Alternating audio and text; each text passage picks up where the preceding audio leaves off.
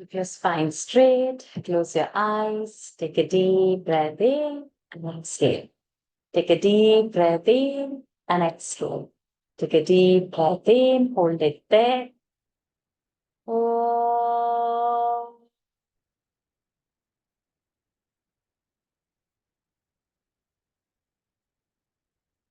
Oh.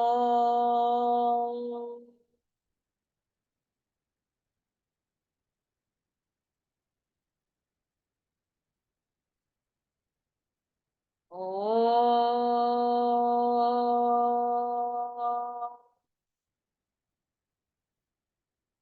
ॐ श्री गणेशाय नमः। ॐ श्री सरस्वत्यै नमः। ॐ श्री गुरुभ्यो नमः। समस्तजनकल्याणे निरतं करुणामयं नमामि चिन्मयं देवं सद्गुरुं ब्रह्मविद्वरं सद्गुरुं ब्रह्मविद्वरं यो अन्तः प्रविश्य मम वाचमिमां प्रसुप्तां सञ्जीवयत्यखिलशक्तिधरस्वधाम्ना अन्यांश्च हस्तचरणश्रवणत्वगादीन् प्राणान्नमो भगवते पुरुषाय तुभ्यं प्राणान्नमो भगवते पुरुषाय तुभ्यम् ॐ शुक्लाम्बरधरं विष्णुं शशिवर्णं चतुर्भुजं प्रसन्नवदनं ध्यायेत् सर्वविघ्नोपशान्तये। ईश्वरः परमः कृष्णः सच्चिदानन्दविग्रहः अनादिरादिर्गोविन्दः सर्वकारणकारणं कृष्णं नारायणं वन्दे कृष्णं वन्दे व्रजप्रियं कृष्णं द्वैपायनं वन्दे कृष्णं वन्दे प्रथासुतं सच्चिदानन्दरूपाय विश्वोत्पत्त्यादिहेतवे तापत्रय विनाशाय श्रीकृष्णाय वयं नुमः। रमापतिपदां भोज परिस्फुरति मानसं सेनापतिमहं वन्दे विश्वक्सेनं निरन्तरं प्रह्लाद नारद पराशर पुण्डरीक व्यासम्बरीश शुक शौनक भीष्मदाल्भ्यान् रुक्माङ्गदार्जुन वसिष्ठ विभीषणादीन् पुण्यानि मान् परम भागवतान् स्मरामि। ॐ नमो भगवते वासुदेवाय।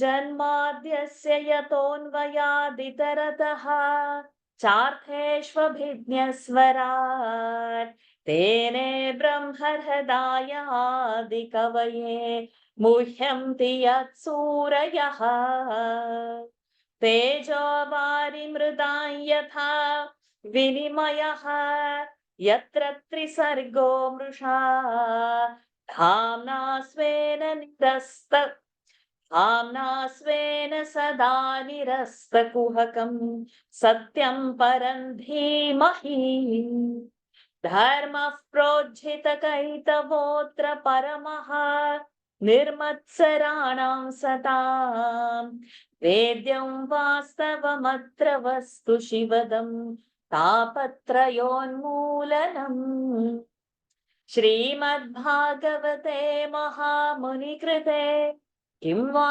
परैरीश्वरः सद्यो हृद्यवरुध्यते प्रकृतिभिः शुश्रूषुभिस्तत्क्षणात् निगमकल्पतरोर्गलितं फलं शुकमुखादमृतद्रवसंयुतं पिबत भागवतं रसमालयम् मुहुरहो रसिका भुवि भावुकाः यं प्रव्रजन्तमनुपेतमपेतकृत्यं द्वैपायनो विरह कातर आजुहाव पुत्रेति तन्मयतया तरवोऽभिनेदुः तं सर्वभूतहृदयं मुनिमानतोऽस्मि यस्वानुभावमखिलश्रुतिसारमेकम् अध्यात्मदीपमतितितीर्षतान्तमोऽन्धम् संसारिणां करुणयाः पुराणगुह्यम् तं व्याससूनुमुपयामि गुरुं मुनीनाम् नारायणं नमस्कृत्य नरं चैव नरोत्तमं देवीं सरस्वतीं व्यासं ततो जयमुदीरयेत्। कृष्णाय वासुदेवाय देवकीनन्दनाय च नन्दगोपकुमाराय गोविन्दाय नमो नमः। नमः पङ्कजनाभाय नमः पङ्कजमालिने नमः पङ्कजनेत्राय नमस्ते पङ्कजाङ्घ्रये। यस्य भगवताख्या सर्वेषां भक्तिदामृणां स एव करुणा सिन्धुः बोधितात्मा गुरुर्मम। तस्मै श्री वासुदेवाय धरणीसुररूपिणे गुरुवायुपुरेशाय तुभ्यं श्रीगुरवे नमः। शङ्खचक्रगदा पद्मधारिणे गुरुरूपिणे गुरुवायुपुरेशाय वासुदेवाय ते नमः। संसारसागरे मग्नं दीनं मां करुणानिधे कर्मग्राहगृहीताङ्गं मामुद्धर भवार्णवात्। श्रीमद्भागवताख्योऽयं प्रत्यक्षः कृष्ण एव हि स्वीकृतोऽसि मया नाथ मुक्त्यर्थं भवसागरे। मनोरथो मदीयोऽयं सफलः सर्वथा त्वया निर्विघ्नेनैव कर्तव्यः दासोऽहं तव Keshava.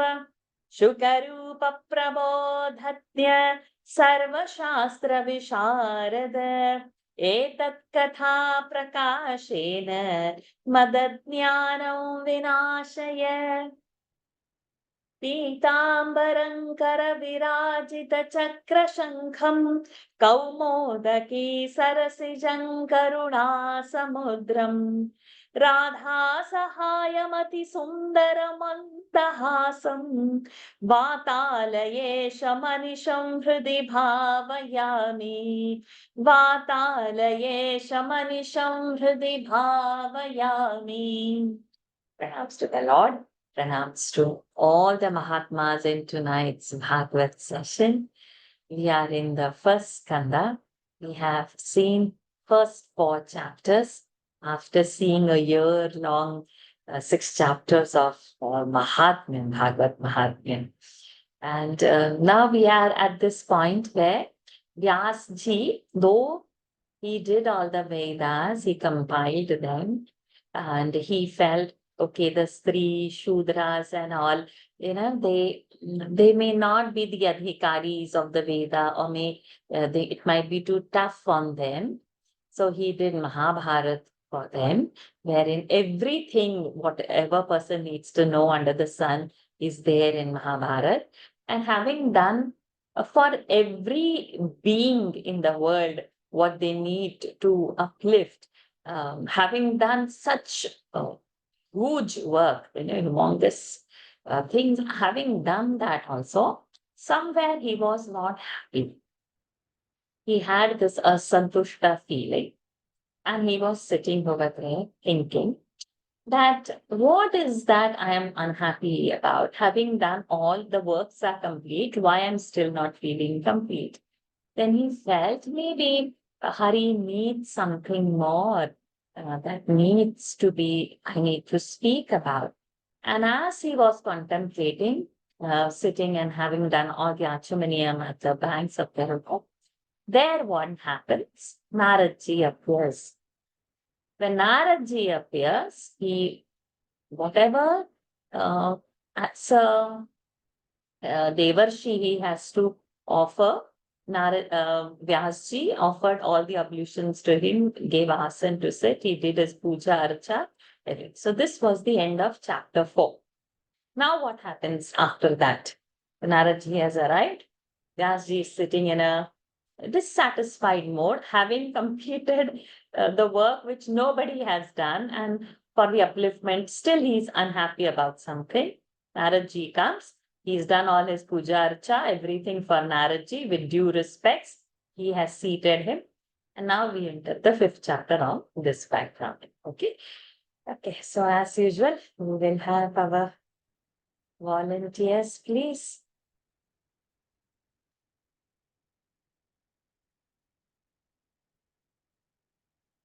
I see Shri Hari ji also. So Nikhila ji, Shri Hari ji.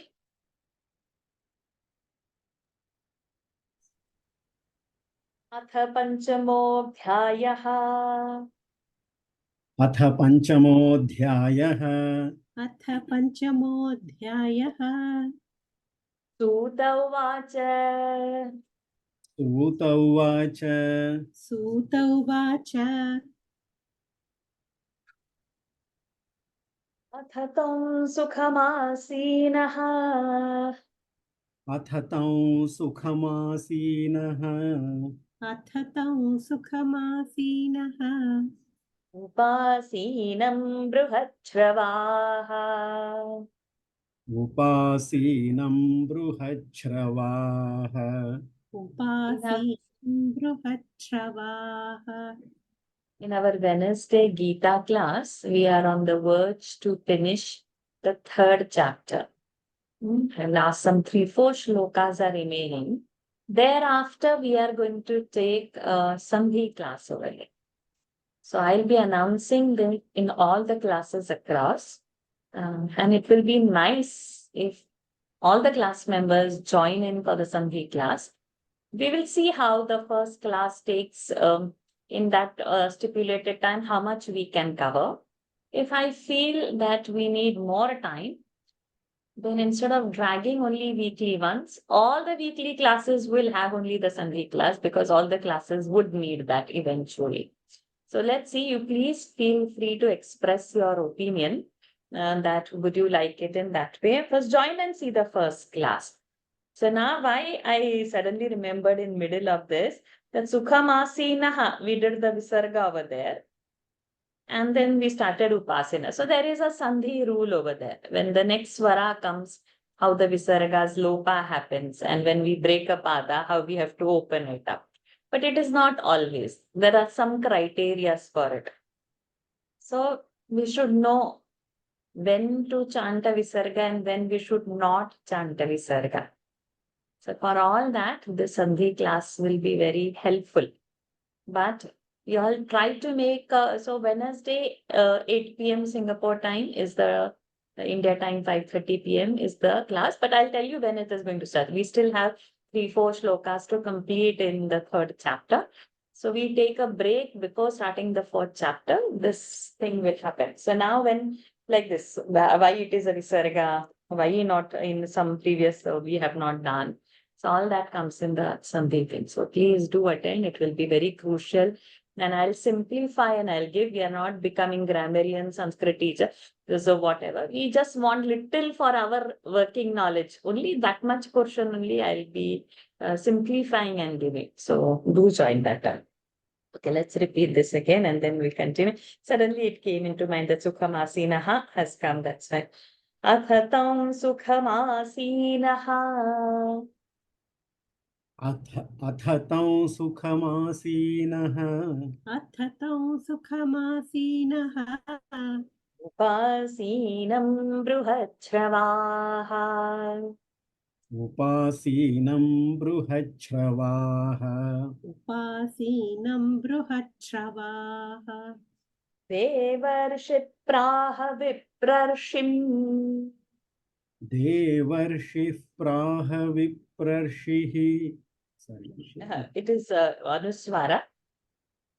विप्रर्षिम् देवर्षिः प्राह विप्रर्षिम् देवर्षिः प्राह विप्रर्षिम् वीणापाणिस्मयन्निव वीणापाणिस्मयन्निव वीणापाणिस्वयन्निव सूत उवाच अथ तं सुखमासीनः उपासीनं बृहच्छ्रवाः सूत उवाच अथ तं सुखमासीनः उपासीनं बृहच्छ्रवाः सूत उवाच अथ तं सुखमासीनः उपासीनं बृहच्छ्रवाः देवर्षिः प्राह विप्रर्षिन्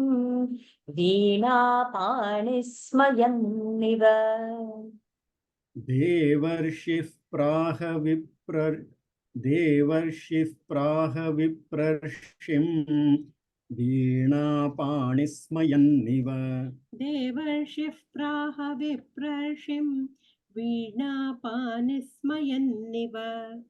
सूत उवाच अथ तं सुखमासीनः उपासीनं बृहच्छ्रवाः देवर्षिः प्राह विप्रर्षिं वीणापाणिस्मयन्निव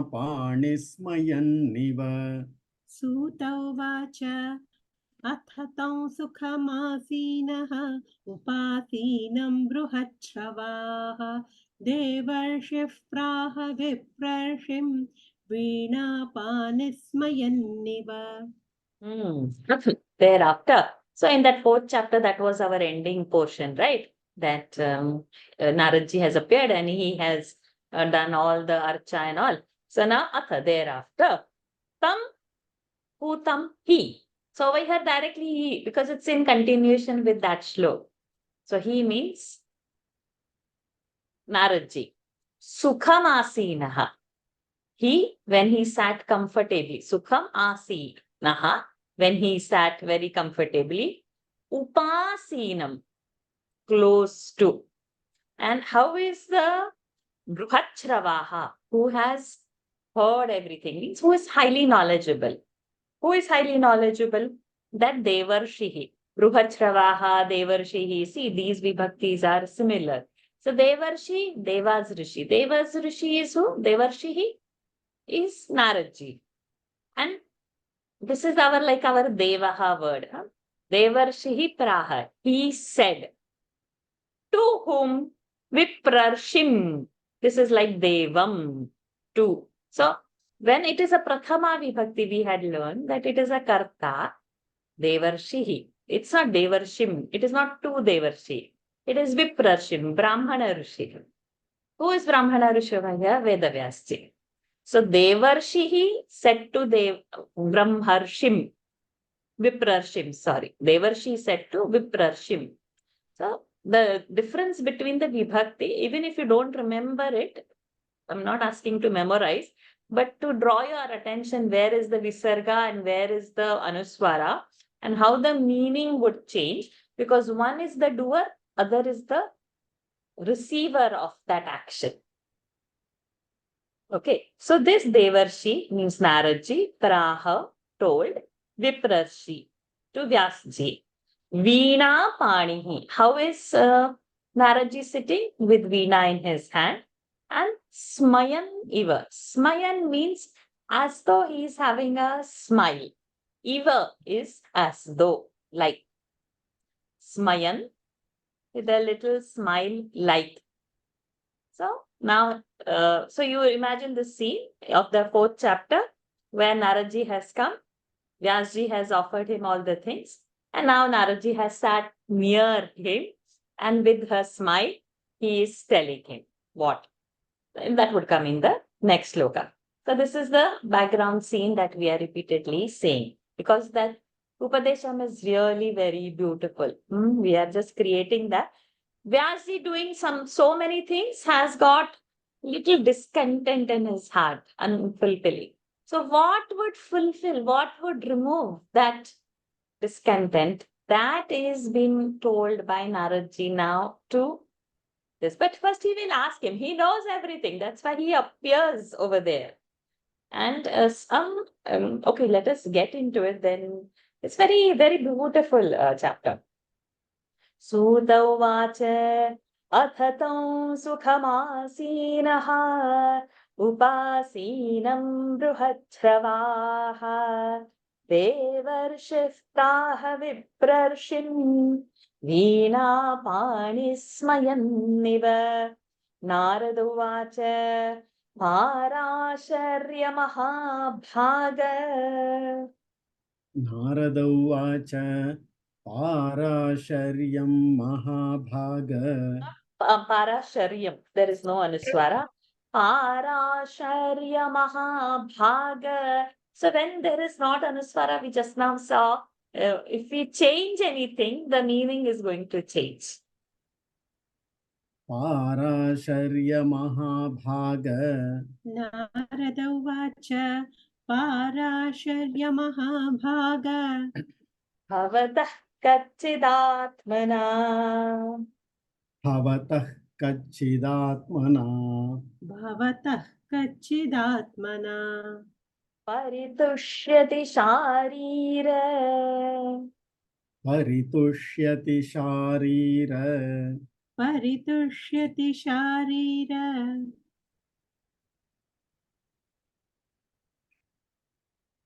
We have to give a visarga there. Paritushyati Shariraha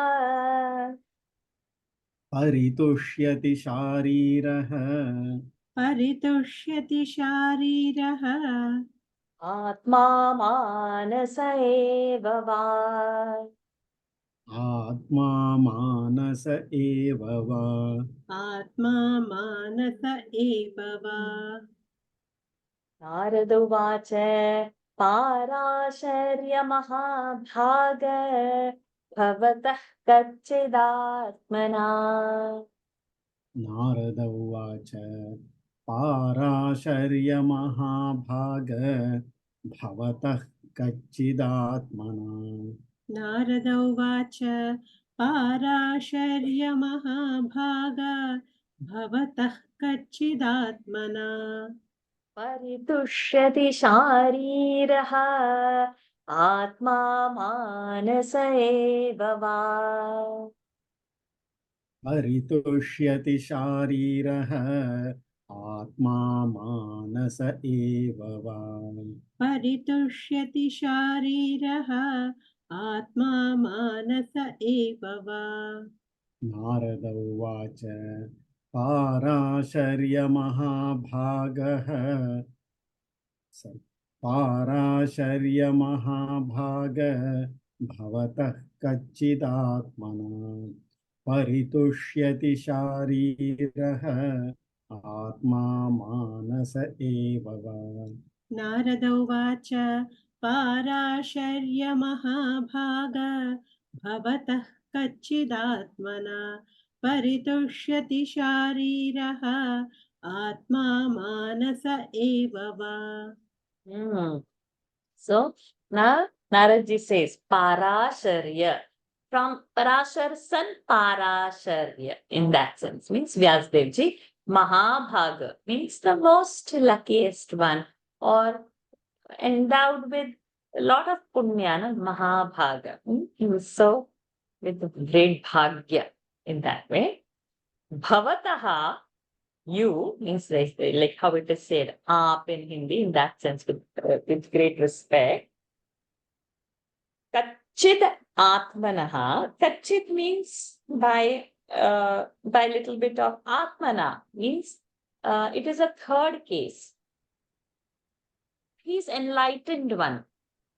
By your enlightened self in that sense. On your own, by your he's already who Vyasa is already enlightened soul. So that's why he could write such voluminous work. So he said, with your enlightened soul self, Paritushyati, are you content by what? Sharira, physically, Manasa, Atma, Evava. Are you happy? So, like when we meet somebody, we ask how Kushalam asti va? How are you? We ask, right? So, like that, Naradji is asking, now that you've enlightened with your self-knowledge, are you physically, mentally, spiritually, he's asking about his well-being. Narada Uvacha Parasharya Mahabhaga Bhavatah कच्चिदात्मना परितुष्यति शारीरः आत्मा मानस एव वा जिज्ञासितं सुसम्पन्नम् जिज्ञासितं सुसम्पन्नं मकार जि- अनुस्वर जिज्ञासितं सुसम्पन्नं जिज्ञासितं सुसम्पन्नम् ते महत् सम्पन्नम् अपि ते महदद्भुतम् अपि ते महदद्भुतम् अपि ते महदद्भुतम् कृतवान् भारतं यस्त्वम् कृतवान् भारतं यस्त्वं कृतवान् भारतं यस्त्वम् सर्वार्थपरिबृंहितम्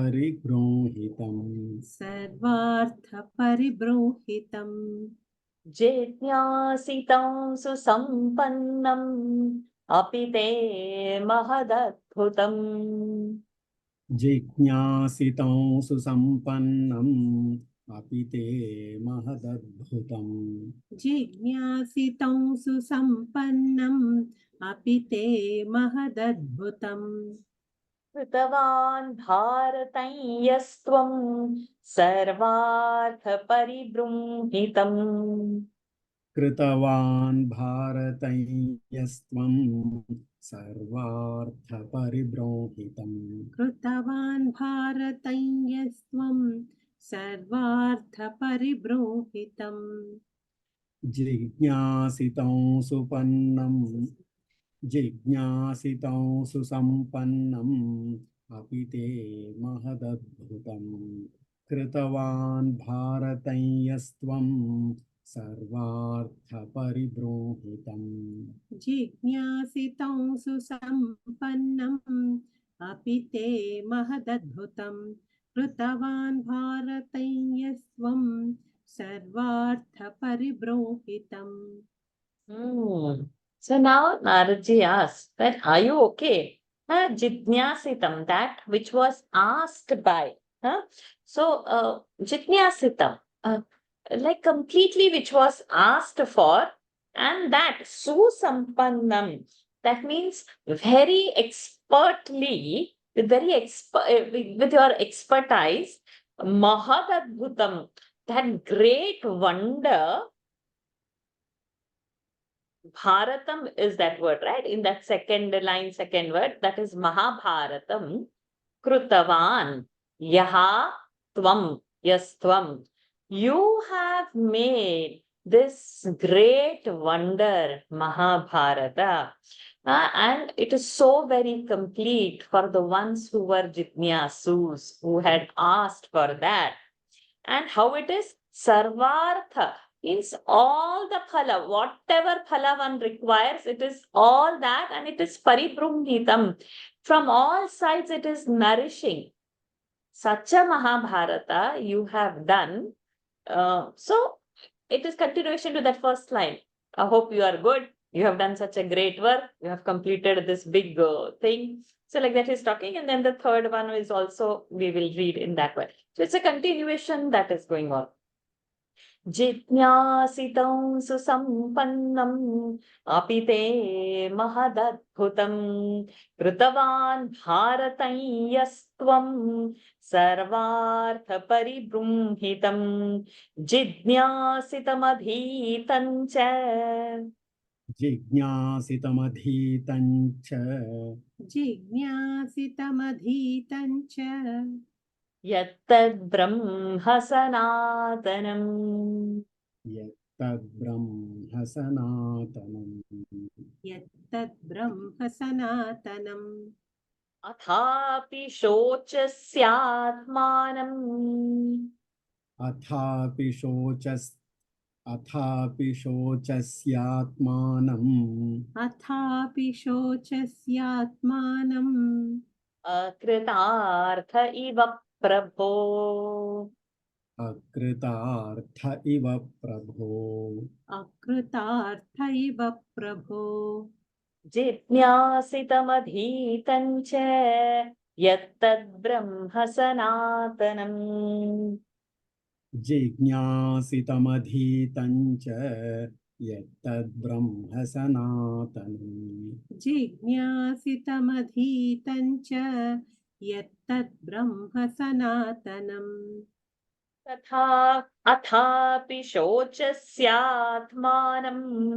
अकृतार्थ इव प्रभो अथापि शोचस्यात्मानम् अकृतार्थ इव प्रभो अथापि शोचस्यात्मानम् अकृतार्थ इव प्रभो जिज्ञासितमधीतं च यत्तद्ब्रह्म सनातनम् अथापि शोचस्यात्मानम्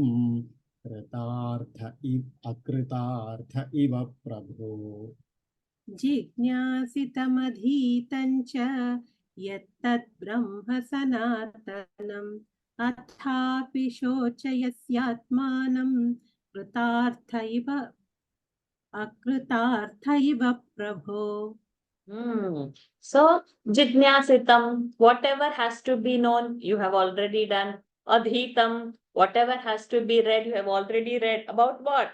Yattad Brahma Sanatanam. Of means you have acquired the Brahma Jnana. You have acquired the eternal Jnana. You have done. So, jijnasitam, adhitam, Tad Brahma Sanatanam. All things you have done. Naraji is telling to Vyasi. Athapi. But then also, Shochasi, you are worried, you are thinking, you are not happy. Atmanam, in yourself, you are thinking of something, you are worried, you are not comfortable. And O Kritartha Iva Prabho, O Prabho, Prabho, Naraji is addressing Vyasji as Prabho. Akrutartha Iva, like as if there is incompleteness in you. What is that you are worried of? Naraji is asking now. Very beautiful. Jidnyasitam yattad brahma sanatanam athapi shochasyatmanam sandhi shochasi atmanam ikara and akara has joined to form yakara. There is a swara sandhi over there which we are going to see in the sandhi class, that e and a, how that forms a ya. अथापि शोचस्यात्मानम् अकृतार्थ इव प्रभो. विद्याजी, सजीव जी.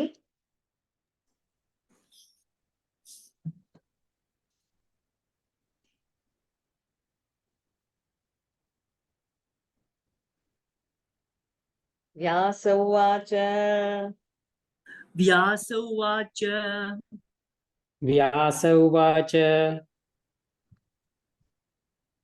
अस्त्येव मे सर्वमिदं त्वयोक्तम् अस्त्येव मे सर्वमिदं त्वयोक्तम् इदं त्वयोक्तम् अनुस्वारास्मकारा अस्त्येव मे सर्वमिदं त्वयोक्तम्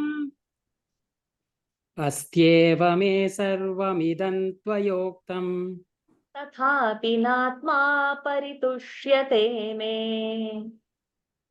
तथापि नात्मा परितुष्यते मे तथापि नात्मा परितुष्यते मे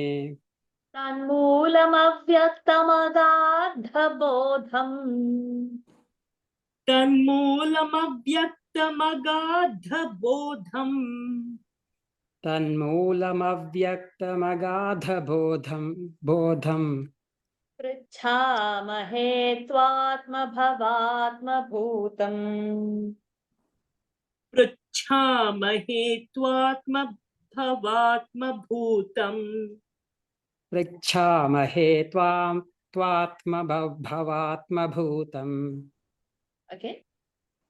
पृच्छामहे त्वात्मभवात्मभूतम्. Correct.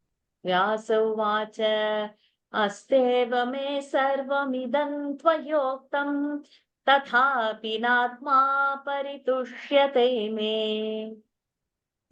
व्यास उवाच अस्त्येव मे सर्वमिदं त्वयोक्तं तथापि नात्मा परितुष्यते मे व्यास उवाच अस्त्येव मे सर्वमिदं त्वयोक्तं तथापि नात्मा परितुष्यते मे तन्मूलमव्यक्तमगाधबोधम् पृच्छामहे त्वात्मभवात्मभूतम् तन्मूलमव्यक्तमगाधबोधं पृच्छामहे पृच्छामहे त्वात्मभवात्मभूतम् तन्मूलमव्यक्तमगाधबोधं पृच्छामहे त्वात्मभवात्मभूतम् व्यास उवाच अस्त्येव मे सर्वमिदं त्वयोक्तम् अस्त्येव मे सर्वमिदं त्वयोक्तं तथापि नात्मा परितुष्यते मे तन्मूलमव्यक्तमगाधबोधं पृच्छामहे त्वात्मभवात्मभूतम् व्यास उवाच अस्त्येव मे सर्वमिदं त्वयोक्तं तथापि नात्मा परितुष्यते मे तन्मूलमव्यक्तमगाधबोधं पृच्छामहे त्वात्मभवात्मभूतम् Astyeva. Again, Sandhi. Asti eva. Asti's ikara, eva's ekara, yakara has come. So astyeva, astiva, asti eva, yes, asti, yes, that is only there. Eva, yes, that's only there. Sarvam idam tvayoktam, tvaya uktam. A and uktas. A and u has formed o. Also, swara sandhi rule is there. Tvayoktam, tvaya uktam. Told by you. Whatever has been told by you, sarvam idam, all this, whatever, tvayaktam, asti eva. Yes, that is all true. That okay, I've done so many things, but yet I'm unhappy, whatever you have said. Tathapi, atma paritushyate me. Yes, so that after even whatever you have said, I've done very true, but after that also, atma me na paritushyati. I am not happy. I'm not content. Tanmulam. What is the cause of that? Now you have to tell me. Vyasji is telling to Naradji. Why? Because Naradji is Atma Bhutam, last word. Of whom? Atma Bhava. Atma Bhava. Of Brahmaji, he is the son. Who? Naradji is the son. Tva Atma Bhava Atma Bhutam. He is the son of Brahmaji, who Naradji, Prachamahe. That's why I am asking you, because you are the knower of Avyakta Agadha Bodham. Bodham, you know whatever is. See, Naradji is been portrayed on TV to kill Hindu Dharma, that he goes here and there and he does only mess up work. And we think Naradji means like this, and then we speak also like that about Naradji. What ghor papa we as Hindus are doing, we have to realize that. Naradji is such a Rishi, he can appear anywhere in any loka, just like that. Because he sees through all the loka in the present. So where there is a problem, there only he goes to resolve it, because without his existence, it won't get resolved, because he sees through it. And not to all. Those deserving only he would appear. Otherwise, from which loka Naradji appeared to Vyasji on that corner of that river in this Bhuloka? Where is he? How he is getting access through all the lokas? Whichever loka we have to go, we have to die only to go to that loka. We have only the jnana of this loka only. Just imagine Naradji's power. And how Jnani is he? Vyasji, who has compiled everything, is surrendering to Naradji that you are the seer of this. You tell me the moolam of my cause. I am not happy. Somewhere something is pricking and I'm not able to spot it. What is that? You should tell me, because you are the knower of everything, of everybody that is existing in this world. World is not Prithvi, Triloka, whatever is the Loka. And he has access. So we should never, even by mistake as Hindu, should use that phrase that when people are, and then somebody else goes and say, you are being Naraji. Is high Jnani Rishi. We should take it with great respect. So after knowing this, it will hurt your heart when people use Naradji as in a wrong way, because it's portrayed on TV and movies like that. And TV and movies have been built to kill our dharma by certain things. Not now. 10 years, it's changing. But before that, we were not aware that how subtly on our mental there's projections, how Bollywood, how serials, even some Netflix serials and all, they have made to kill the way we think. And there are big, big writers and historians. So as a Hindu, it is our duty that we should be aware of what is correct. Unless we hold the scripture in our hand, we will not know. Now when Vyasji, who is the all-knower and who has written all these 18 Puranas, Vedas, everything, if he is saying, that means which we are not even a speck anywhere. And he's telling to Naradji like this, that means after hearing today's verse, this should change. This is like a life changer verse for all people who are in this class today, as a Hindus who are listening, that Naradji is all knower. We should hold on to that. Okay, let's go. So now he's telling Avyaktam Agadha Bodham, what is not seen by anybody, you are knowing all that. So that is why Ichhamahe, I am asking you, Tva, to you, Atma Bhava, Atma Bhutam, who has Brahmaji, who has come on his own, and to him you have come on his own.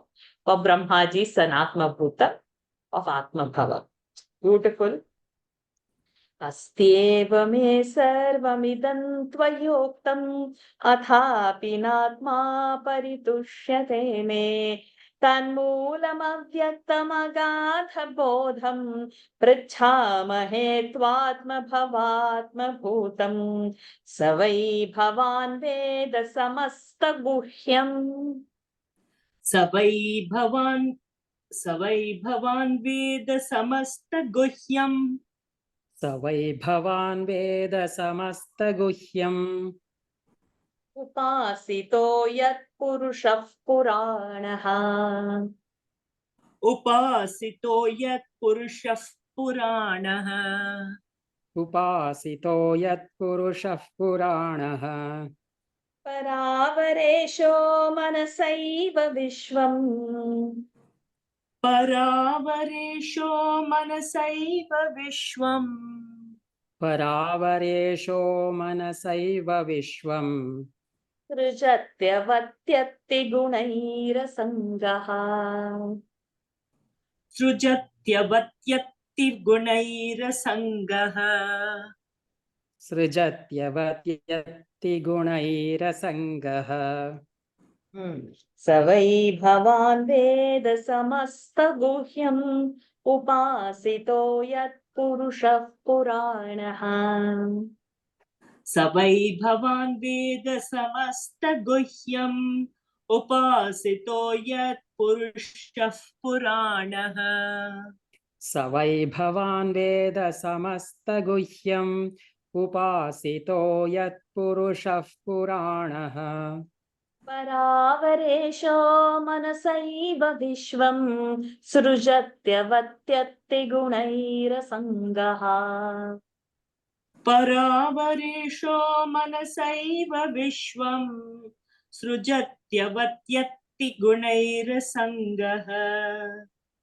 परावरेशो मनसैव विश्वं सृजत्यवत्यत्तिगुणैरसङ्गः स वै भवान् वेद समस्तगुह्यम् उपासितो यत्पुरुषः पुराणः परावरेशो मनसैव विश्वं सृजत्यवत्यत्ति गुणैरसङ्गः स वै भवान् वेद समस्तगुह्यम् उपासितो यत्पुरुषः पुराणः परावरेशो मनसैव विश्वं सृजत्यवत्यत्ति गुणैरसङ्गः Saha, Vai, Saha.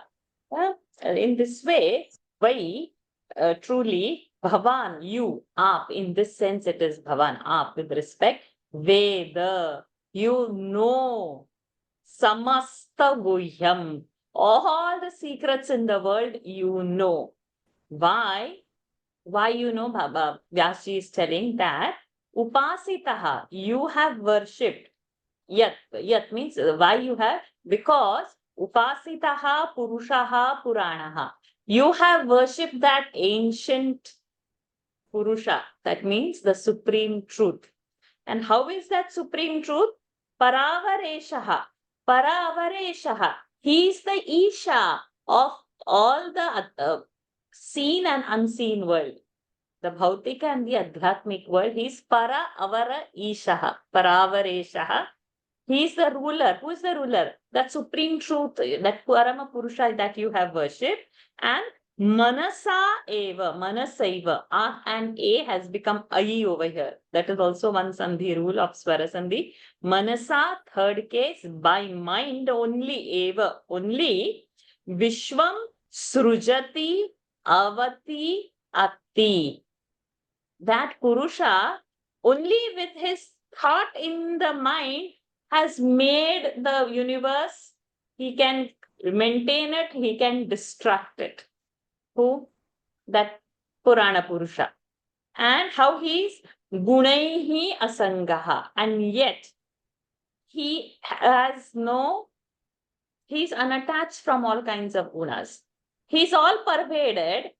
He is making all the things, and yet the things are not, he is untouched by the things. He is untouched by all the gunas. Such a Purusha you have worshipped.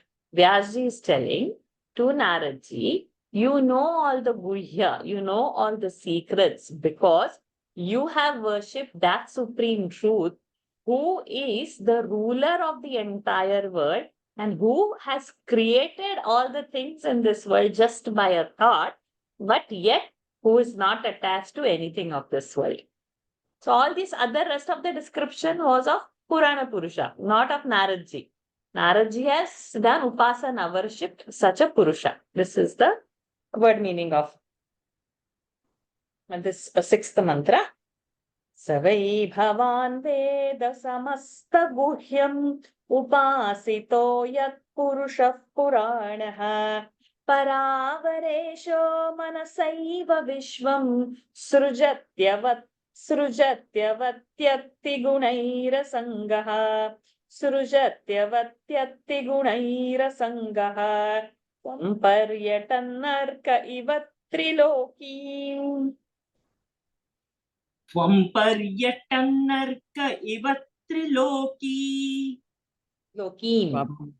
लोकीं sorry त्वं पर्यटन्नर्क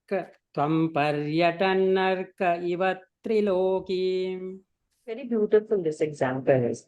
Amtascharo Vayurivatma Sakshi.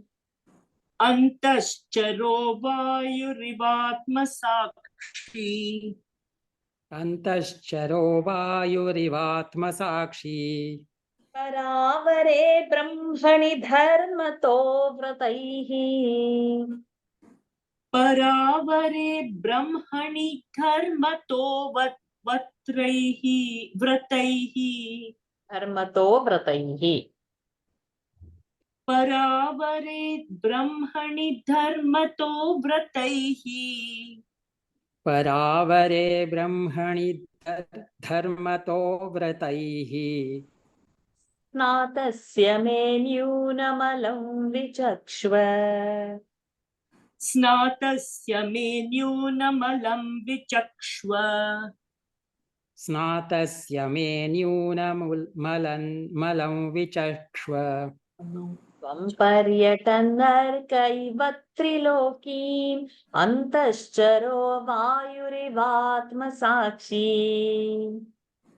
त्वं पर्यटन्नर्क इव त्रिलोकीमन्तश्चरो वायुरिवात्मसाक्षी त्वं पर्यटन्नर्क इव त्रिलोकीम् अन्तश्चरो वायुरिवात्मसाक्षी परावरे ब्रह्मणि धर्मतो व्रतैः स्नातस्य मे न्यूनमलं विचक्ष्व परावरे ब्रह्मणि धर्मतो व्रतैः स्नातस्य मे न्यूनमलं विचक्ष्व परावरे ब्रह्मणि धर्मतो व्रतैः स्नातस्य मे न्यूनमलं विचक्ष्व त्वं पर्यटन्नर्क इव त्रिलोकीम् अन्तश्चरोपायुरिवात्मसाक्षी परावरे ब्रह्मणि धर्मतो व्रतैः स्नातस्य मे न्यूनमलं विचक्ष्व त्वं पर्यटन्नर्क इव त्रिलोकीम् अन्तश्चरो वायुरिवात्मसाक्षी परावरे ब्रह्मणि धर्मतो व्रतैः स्नातस्य मे न्यूनमलं विचक्ष्व न्यूनमलं विचक्ष्व Very humble way he is approaching. What is he saying is, Tvam. Vyasji is telling to Naraji, Tvam, you, Paryatan, roaming, Arka iva, Trilokim, Arka, sun, iva, like sun, Triloki. In all the entire universe, like where the sun cannot reach. Sun can reach everywhere. The presence of sun is only destroying all the darkness. Has the sun seen any time darkness? So like sun, you are roaming everywhere, means you are in your light, all the three lokas are existing. There is nothing is hidden of the three lokas from you. There is no darkness of three lokas to you. You know everything. You are there shining on all the three lokas. Not only that, he also says, Antaha charaha, Vayur iva, Atma Sakshi. You know everybody's mind. Atma Sakshi. Naraji knows our mind. And the example he gave like Vayu Chara. Like how we have taken a breath in, we are not aware that as I am talking to you, I am not aware that I am breathing. But because of that breath only, I am able to produce sounds and speak. It's happening unaware. It is just going. It's an automatic process. And the sounds are generated. And this Vayu which I have taken in, it has gone through all the, not only the big arteries and all, to the last corner of that cell, through all that capillaries, and it is again coming out. So how that Vayu has gone into every nook and corner of the body, like that you go in everybody's mind's nook and corner. So like sun, how it is in Triloki, like Vayu, how it is in everybody's body. You know everything. Vyasji is telling to Naraji, and then he says, Paravare Brahmani Dharmataha Vrataihi Snatasya. I am contemplating on the higher truth. I am realizing the higher truth. I am doing all the vratas, tapas, and I'm holding on to the dharma. But me nyunam alam vichakshva. My nyunam, my deficiency. Pray you please tell me, what is my deficiency? Everything I'm doing, I can understand everything. But there is something that is pricking. And you know, like you have gone in everybody's body. So now you will know exactly where I am lacking. Means Vyasji is telling to Naraji that something is there inside me that you would already know, which I am not realizing, because you are Antaschara. You are like Arka Paryatan.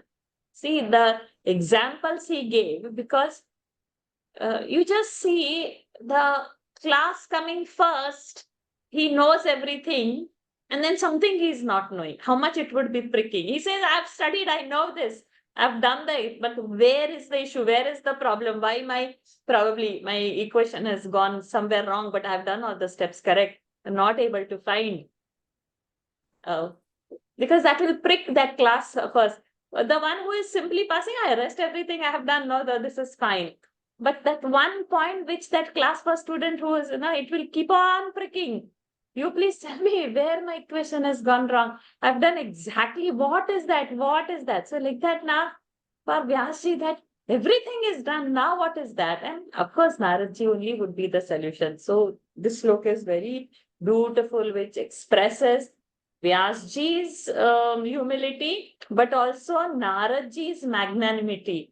That he is like that, no? That who can enter everybody's mind and know everybody's thing. And he appears over there where he is needed from whichever loka he is, all accesses. There you get that. Tvam paryatannarkaiva triloki antascharo vayurivatmasakshi Paravare brahmani dharmato vrataihi snatasya me nyunamalam vichakshva. Vani, Lataji.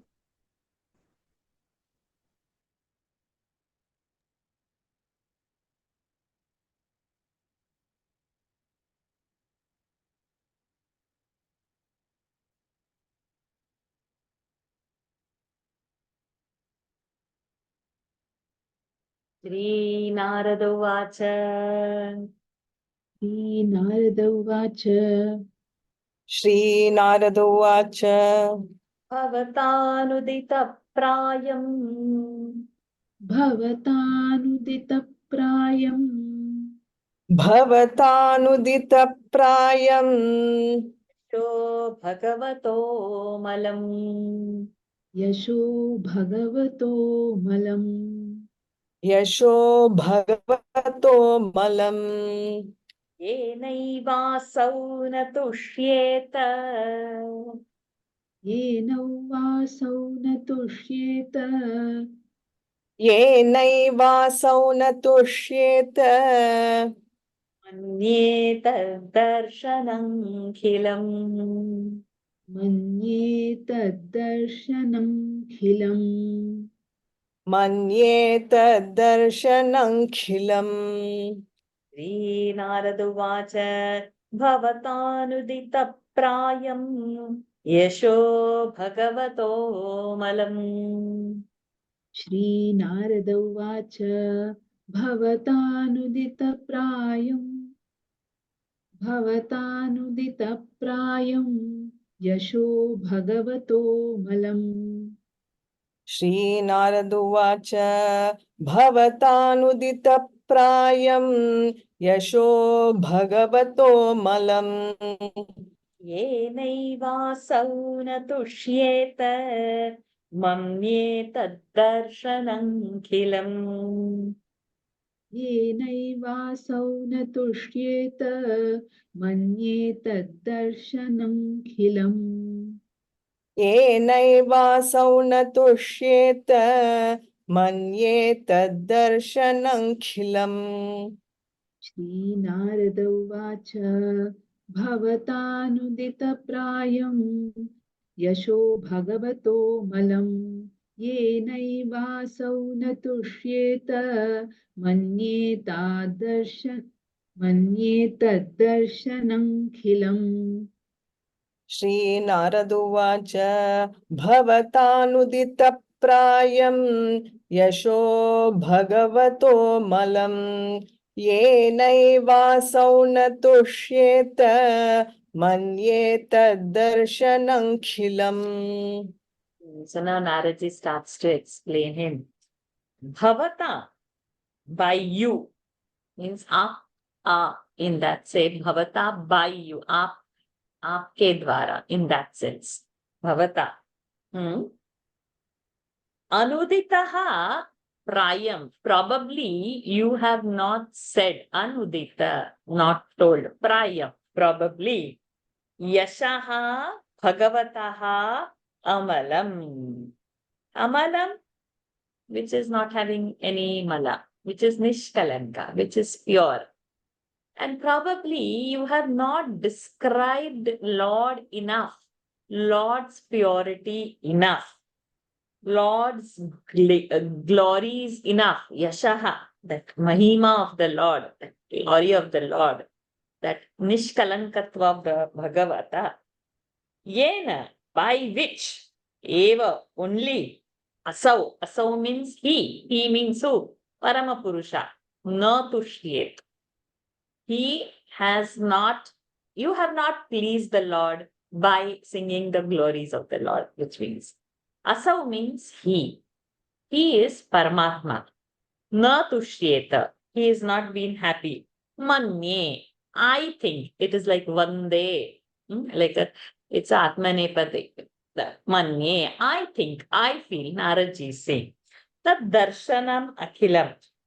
Whatever with your indriyas you are not able to please the Lord, all that is waste, is what I feel. And I feel you have not sang Lord's glories. So that's why you are not feeling content. Naraji's first reaction to his question. Shri Naraduvacha Bhavatanudita Anudita Bhavata Anudita. You, by you, it is not being told, probably prior. Bhavatanudita prayam yasho bhagavato malam yenaiva saunatusyeta manye taddarshanankilam yatha dharmadayascharthaha yatha dharmadayascharthaha यथा धर्मादयश्चार्थाः यथा धर्मादयश्चार्थाः मुनिवर्यानुकीर्तिताः मुनिवर्यानुकीर्तिताः मुनिवर्यानुकीर्तिताः न तथा वासुदेवस्य न तथा वासुदेवस्य न तथा वासुदेवस्य महिमा वर्णितः महिमा ह्यनुवर्णितः महिमा ह्यनुवर्णितः यथा धर्मादयश्चार्थाः मुनिवर्यानुकीर्तिताः यथा धर्मादयश्चार्थाः मुनिवर्यानुकीर्तिताः यथा धर्मादयश्चार्थाः मुनिवर्यानुकीर्तिताः न तथा वासुदेवस्य महिमा ह्यनुवर्णितः न तथा वासुदेवस्य महिमा ह्यनुवर्णितः न तथा वासुदेवस्य महिमा ह्यनुवर्णितः यथा धर्मादयश्चार्थाः मुनिवर्यानुकीर्तिताः न तथा वासुदेवस्य महिमा ह्यनुवर्णितः यथा धर्मादयश्चार्थाः मुनिवर्यानुकीर्तिताः न तथा वासुदेवस्य महिमा ह्यनुवर्णितः Yatha, like dharmadayaha, all the things regarding the dharma. Charthaha, all the purusharthas. Munivarya, oh great of the greatest Muni, Munivarya. Anukirtitaha, You have said in details about everything on dharma, everything on purushartha, means dharma, artha, kama, moksha, you have described in detail. All the things you have said through Mahabharata, through Vedas, everything. But na tatha, not over there. Vasudevasya mahima hi anuvarnitaha. But in nowhere place you have described the greatness of Vasudeva. Krishna's glory, where have you mentioned? You did all work on dharma, you did all work on purushartha, you did all the work. Na tatha vasudevasya mahima anuvaranitaha. There is the problem. See, what scripture we are holding in the hand? We are holding Krishna only in his hand and he is blessing us to chant this. So you know everything, that is still not going to give you happiness until you chant glories of the Lord. Aha, Krishna. Yatha dharmadayaschaर्थाः मुनिवर्यानुकीर्तिताः न तथा वासुदेवस्य महिमा ह्यनुवर्णिताः. We will do one more shloka. Let us see. न यद्वचश्चित्रपदं हरेर्यशः न यद्वतश्चित्रपदं यद् वचः न यद्वचश्चित्र न यद्वतश्चित्रपदं हरेर्यथः यशः हरेर्यशः यशः sorry न यद्वचश्चित्रपदं हरेर्यशः न यद्वचश्चित्रपदं हरेर्यशः जगत्पवित्रं प्रगृणीत कर्हि चेत् जगत्पवित्रं प्रगृणीत कर्हिचित् जगत्पवित्रं प्रगृणीत कर्हिचित् तद्वायसन्तीर्थमुशन्ति मानसा तद्वायसन्तीर्थमुशन्ति मानसा तद्वायसन्तीर्थमुशन्ति मानसा न यत्र हंसा निरमन्त्युशिक्ष्ययाः न यत्र हंसा निरमन्त्युशिक्षयाः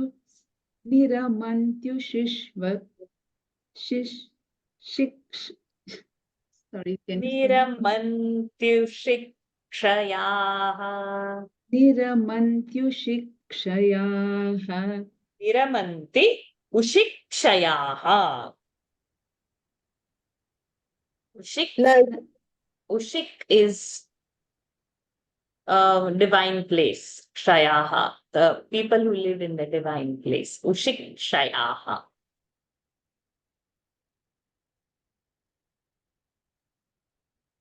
न यत्र हंसा निरमन्त्युशिक्षयाः न यद्वचश्चित्रपदं हरेर्यशः जगत्पवित्रं प्रगृणीत कर्हि चेत्.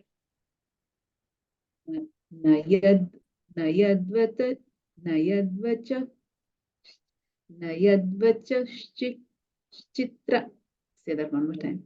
Okay, so I'll take the break. Na yad vachaha chitrapadam. Vachash chitrapadam. न यद्वचश्चित्रपदं हरेर्यथा यशः न यद्वचश्चित्रपदं हरेर्यशः जगत्पवित्रं प्रगृणीत कर्हिचित् न यद्वचश्चित्रपदं हरेर्यशः जगत्पवित्रं प्रगृणीत कर्हिचित् तद्वायसन्तीर्थमुशन्ति मानसा न यत्र हंसा निरमन्त्युशिक्षयाः तद्वायसन्तीर्थमुशन्ति मानसा न यत्र हंसा निरमन्त्युशिक्षयाः तद्वायसन्तीर्थमुशन्ति मानसा न यत्र हंसा निरमन्त्युशिक्षयाः न यद्वचश्चित्रपदं हरेर्यशः जगत्पवित्रं प्रगृणीत कर्हिचित् तद्वायसन्तीर्थमुशन्ति मानसा न यत्र हंसा निरमन्त्युशिक्षयाः न यद्वचश्चित्रपदं हरेर्यशः जगत्पवित्रं प्रगृणीत कर्हिचित्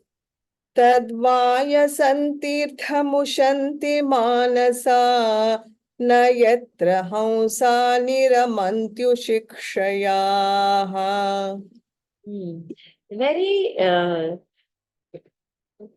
Very technically nicely described mantra this is. I'll try to explain. I can enjoy its beauty, but I'm not able to say it properly. But let me see if I can communicate it.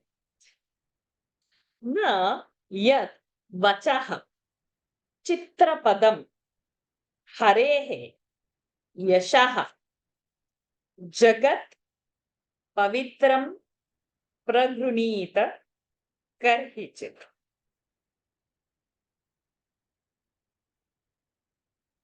The speech, the speech. So, without seeing all that meaning, in this, I'll say, the speech which can be very beautiful, which can be very pleasing,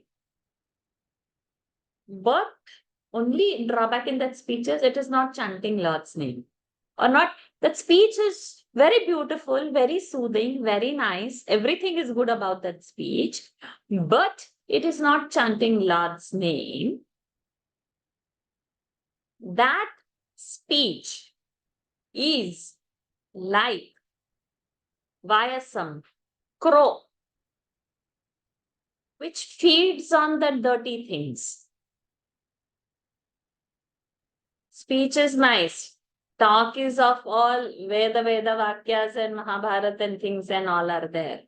But it is compared to how the crow is enjoying the dirty things. So sometimes we feel we are in satsang. Some intellectual talk is going on. But that is compared to the crow that is feeding on the dirty things. And they because Hamsa, the swan, Ushikshayaha, he knows what to choose. And he abides at the feet of the Lord because he is in that Mansarovar, at the feet of the Lord. So everything can be fantastic, but if it is not uttering Lord's name, then it is like crow enjoying the dirt and the leftovers. A good speech is compared to the leftover dirty thing eaten by a crow. That speech which is having Lord's name is compared to a Hamsa Niramamti who is content in Ushikshayaha, where the divinity is. Divinity is where the Lord is. Lord is where you chant his praises and glory. So, Tat Vayasam Tirtham Ushanti Manasa. So, it might be a pilgrimage place and all, but if it is not with the Lord's name and it is only some intellectual talks going, it is not going to beautify that speech. Speech is beautiful, but it is not pleasing. Means we have to choose whether we want to be a crow or a hamsa. Sometimes we go for some debate, some intellectual talks in the name of satsang. We are not able to distinguish between a real satsang and a fake satsang because the names are big. The speaker name is big. The crowd pulling capacity is good. It will be given in a very posh way. The atmosphere will be very nice.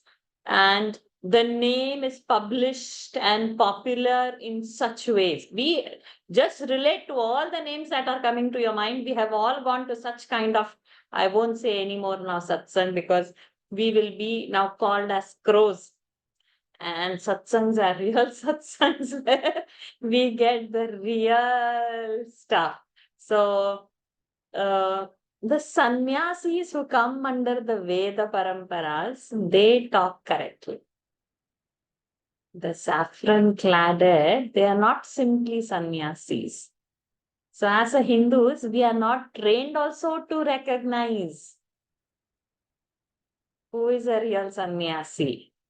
We think in the name, whoever talks about God is good, but what they are serving us in the name of the God, we should know. I remember one such thing happened in Singapore, and all these elite groups were all there, taking autographs, attending the talk, and that person is a big author of all kinds of mythology books and all writing. But these are sepoys planted to twist our mythology. I don't want to use mythology, but that person uses the word mythology. He's a right. This one isolated thing I'm saying, like him. Ours is a history. Ours is Itihasa, Ramayana and Mahabharata. But he's taken characters out of it. And he has written something on Karna, something on Draupadi, something on Shiva, something on whatever, and serving us. And we spend, I don't mean Singapore, it was in dollars, and went all elite, all nicely dressed, everything in a posh atmosphere, and we didn't know what we served us. No, we should, as a Hindu, this is a thing that, sorry, I have not kept my phone on silent and it's a nuisance. It's a very important thing that we as a Hindu have to recognize what is a satsang, what is the parampara, who is the guru's guru, what lineage they come from, because they would only, the real sannyasi would only serve us correctly what we are supposed to know. We don't know. That's why we go to such place, but we don't know even which place to go. What a sad state. So this verse probably should be the eye-opener that whether we have to be a crow or a hamsa, we have to choose.